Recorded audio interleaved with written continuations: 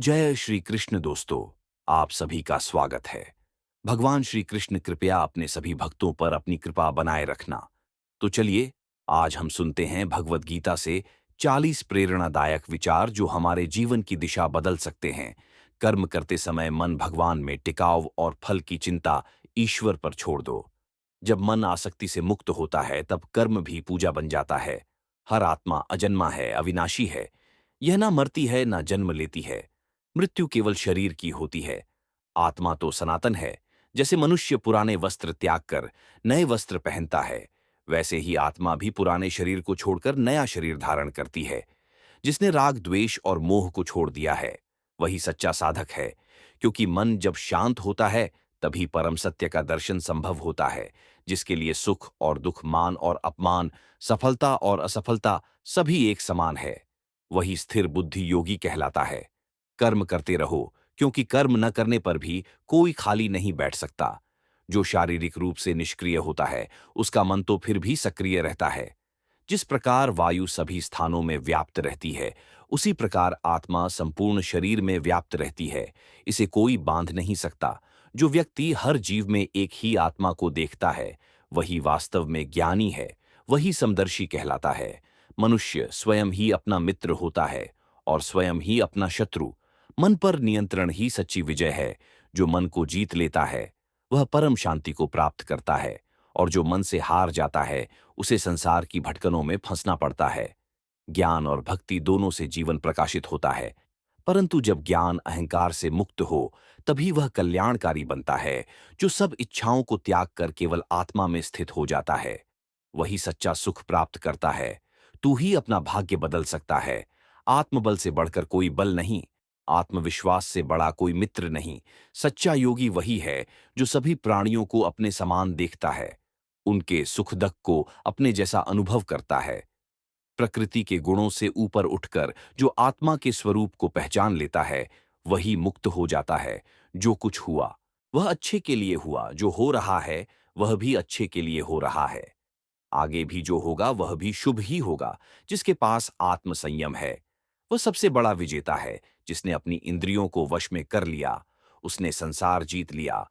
क्रोध से भ्रम होता है, भ्रम से स्मृति भ्रमित होती है, स्मृति भ्रष्ट होने से बुद्धि बुद्धि नष्ट नष्ट होती होती है। और तब पतन तय है जो ईश्वर को हर कार्य में देखता है और हर कार्य को ईश्वर को समर्पित करता है। वही जीवन के बंधनों से मुक्त हो जाता है। जो कुछ भी तू करता है, खाता है, अर्पण करता है, वह सब भगवान को समर्पित कर दे। यही भक्ति का सार है। जब मन स्थिर होता है, तभी सच्चा ध्यान संभव होता है। व्याकुल मन में ना तो भक्ति टिकती है, ना ही ज्ञान।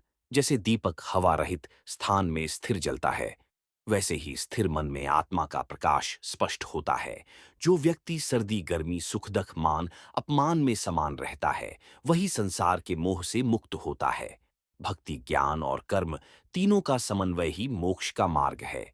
केवल एक का आग्रह अधूरा मार्ग है। जिसके अंदर दया है, क्षमा है और विनम्रता है, उसमें स्वयं भगवान वास करते हैं। मुक्ति बाहर नहीं, अपने ही भीतर है। जिस दिन तू अपने भीतर उतर जाएगा, उसी दिन भगवान के दर्शन होंगे। जो अपने स्वभाव के अनुसार कर्म करता है, वही सच्चे धर्म का पालन करता है। दूसरों के धर्म का अनुकरण विनाश का कारण बनता है। सच्चा भक्त वह नहीं जो दिखावे में लिप्त है, बल्कि वह है जिसका हृदय प्रभु के प्रेम में डूबा हो। जो किसी के बुरे में भी अच्छाई देख लेता है, वही ईश्वर के सबसे समीप होता है। प्रभु को पाने के लिए वाणी की नहीं, भावना की आवश्यकता है। मौन प्रार्थना सबसे तेज सुनी जाती है। भक्त की एक पुकार पर भगवान दौड़े चले आते हैं। पर शर्त बस एक है, पुकार सच्चे हृदय से होनी चाहिए। जो समय को व्यर्थ नहीं जाने देता, वही वास्तव में सफल होता है। समय का आदर ही सच्ची समझदारी है। भूतकाल को स्मरण मत कर, भविष्य की चिंता मत कर। जो तुझे मिला है, उसी क्षण में जी।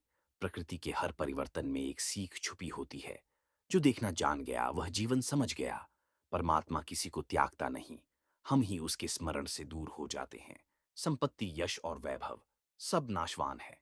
केवल प्रभु की भक्ति ही शाश्वत है। जो अकेले में भी भगवान को महसूस करता है, वही सच्चा योगी है। भगवान दूर नहीं, तेरे हर श्वास में बसे हैं। बस तू उन्हें पहचान। हे अर्जुन, उठो, जागो और अपने धर्म की रक्षा करो। यही गीता का अमृत संदेश है। मित्रों, यह थे श्रीमद् भगवत गीता के 40 मूल्य, प्रेरणादायक विचार। यदि यह विचार आपके जीवन में प्रकाश लाएं, तो इस ज्ञान को आगे बढ़ाएं।